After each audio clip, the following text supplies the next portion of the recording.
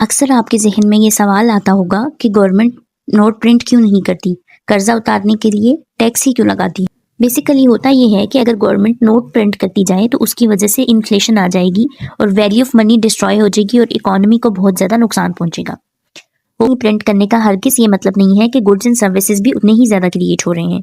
जिसकी वजह से होता क्या है कि गुड्स एंड सर्विसेज तो उतने ही होते हैं जितने पहले होते हैं और मनी और प्रिंट हो जाती है, जिसकी वजह से अमाउंट ऑफ कैश अवेलेबल ज़्यादा हो जाती है। लोगों के पास इन हैंड पैसा कैश में ज़्यादा आ जाता है। इसको हम एक एग्जाम्पल से समझते हैं।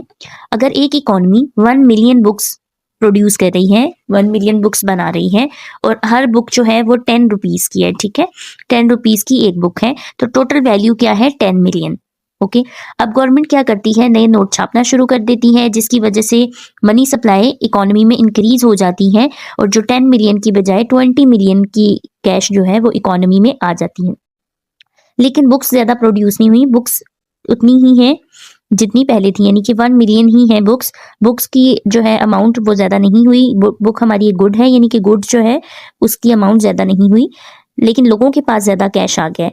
अब होगा क्या कि अब वो कैश ज्यादा है, जो गुड है आपका वो 1 मिलियन बुक ही है। अब जिसने बुक प्रोड्यूस की थी उस सेलर जो है उसको पता चल जाएगा कि बुक्स की डिमांड ज्यादा है, क्योंकि अब हर कोई लेना चाह रहा है, हर एक के पास पैसे हैं, इकोनॉमी में पैसे ज्यादा आ गए। जब बुक्स की डिमांड ज्यादा हो जाएगी तो वो क्या करेगा, बुक्स की प्राइसेस ज्यादा कर देगा। जब भी किसी चीज की डिमांड ज्यादा हो जाती है तो जो सेलर होता है वो उसकी प्राइस इंक्रीज कर देता है। अब हर बुक जो है, जो पहले हर बुक 10 रुपीज की थी, अब हर बुक 20 रुपीज की है।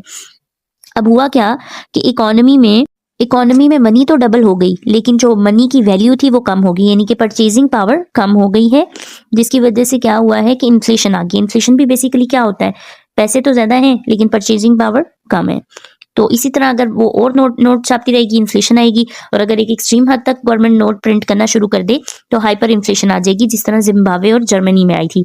मैंने आपको एक शॉर्ट में बताया था कि उनका $100 ट्रिलियन का जो नोट था उसमें से वो बहुत कम कोई चीज परचेज कर पा रहे थे, क्योंकि उनकी परचेजिंग पावर बहुत ज्यादा गिर गई थी।